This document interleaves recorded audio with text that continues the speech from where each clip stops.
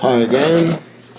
A fast demo of skeleton outline control, outline skeleton control with a letter by Ray Larby. I've been experimenting a bit and surprisingly or not, I found that Ray, it works just like you like to work. Let me show you how it goes. First I'll draw the initial skeleton. I need a dot here, one here, unsnap to matrix, snap to schematics, here and here. Okay, and let's skip the direction. One here, one point about here, here, and here. Okay, that's my initial skeleton for that specific design. And my tests shows that the outline width should be 70 in Fontark units. Just type it.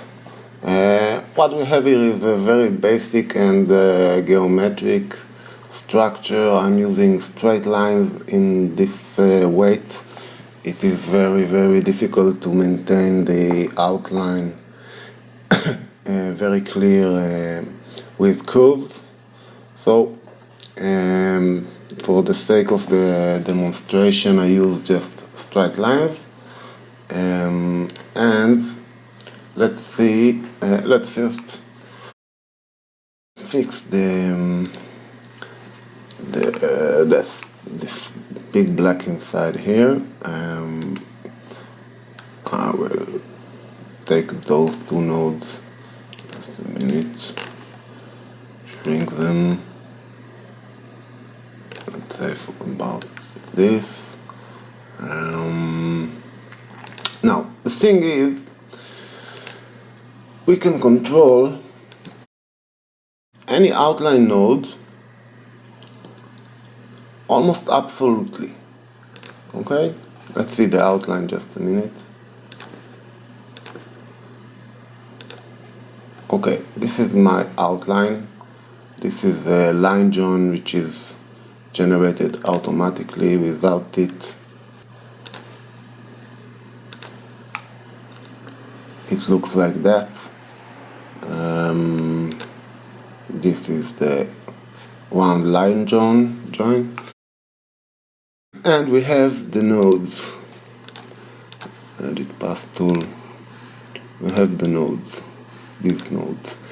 I can control the distance of each node from the skeleton and the XY position. I can do it practically. I can position any node at any place around its skeleton node. I can do it to many nodes together. Not this one. Let's take this one. Yeah. And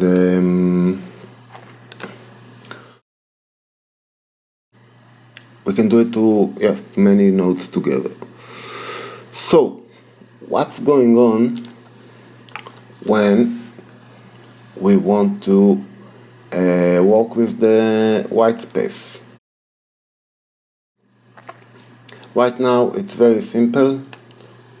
We have 70 units width here, 70 units width here, and this one I've resized a bit. Let me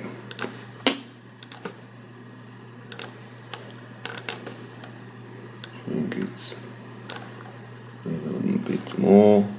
This one I want to give it a diagonal. I'm not making anything precise here, just want to prove the possibility of the work. All very simple, and as I said, it works just like you are used to work. Okay, that's enough. Let's start with the upper part. If I select all these nodes, okay, no, let's make it simpler.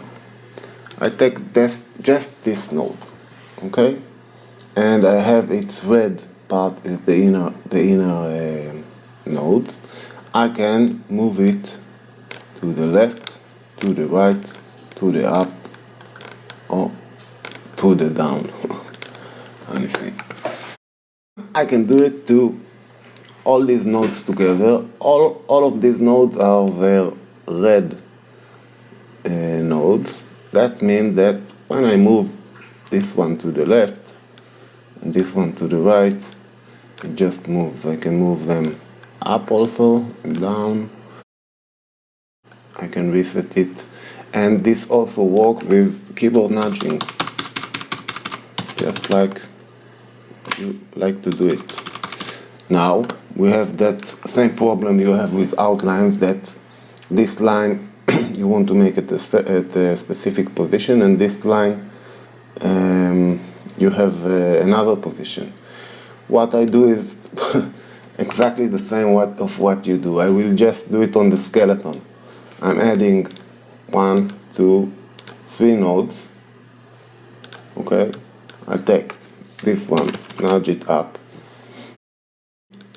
This node control this node on the outline. If I take these 2 nodes, I will move it. The same similar effect.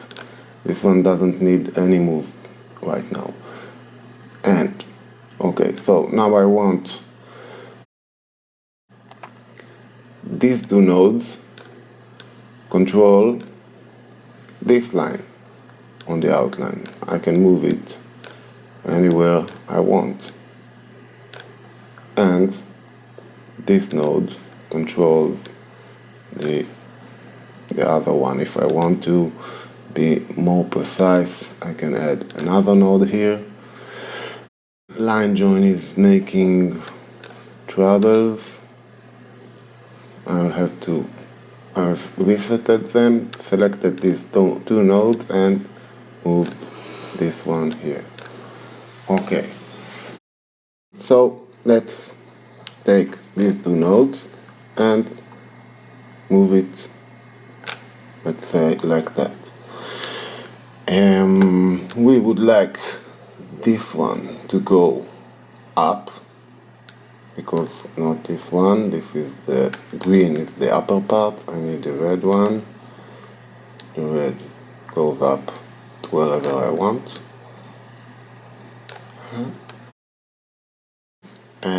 If this is, okay, let's go to fill. If this is the right position, then everything is fine. If not, I'm selecting all these nodes on the skeleton and I can shift it, nudge it.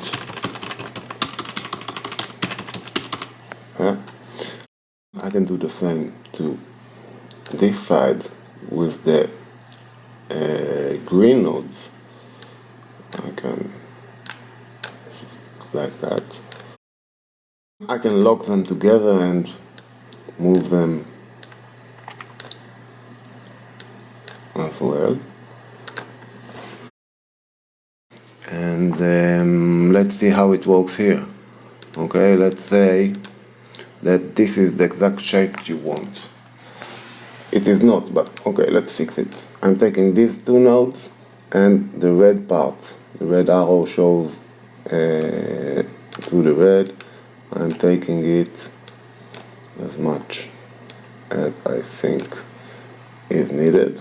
And if I want to shift all this white shape to position it, I will just take again the red ones and I'm shifting it just like that. I can deselect these 2 nodes and work with just these 3 and work like that. This one, this part. gives me the control on this one.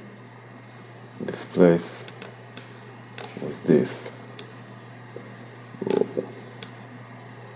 Like that. This will give me a control over here. And let's take it further. I can take the upper part, lock them all together and move it completely. Can take it up, down, let's reset it, and that's it. It's just the same. Okay, now what is it good for? Let's see. One more thing. Now I've selected the upper part. I can change the weight from the inside out. Okay, I can change the weight from the outside out to from the outside in, and I can do it to any part, of course, and we can start making the checks for the thinner parts. Now let's keep it on 70 and see all the other letters which I've made by one of Fontark's templates. Just turned it to all the stripes.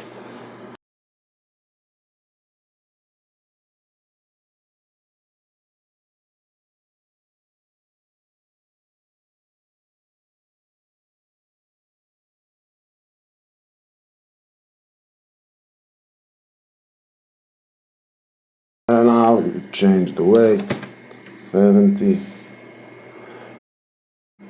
This one can go 80, 90, we have up to 120. Now the game starts. Let's see that B. You like to work on the inner parts. Yeah? So I'm selecting all these nodes and just taking the green handle is for the inner outline. I'll just move it. I've selected few extra nodes. We don't have that other nodes here. Okay, this is not important. I want to show it on the lowercase. We can modify it all together, and when you have these issues, I just go in, fix it.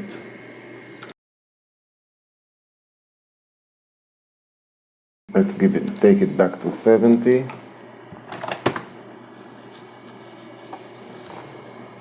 Take a look at the preview.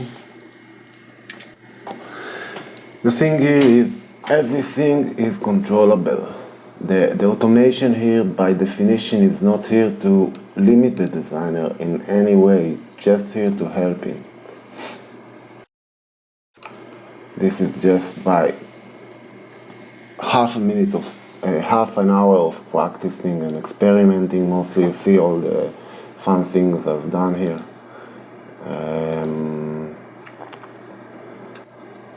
Okay, it's enough for now. Thank you all for watching. I have a lot more to show here. This is just, tiny bit. And thanks, Ray.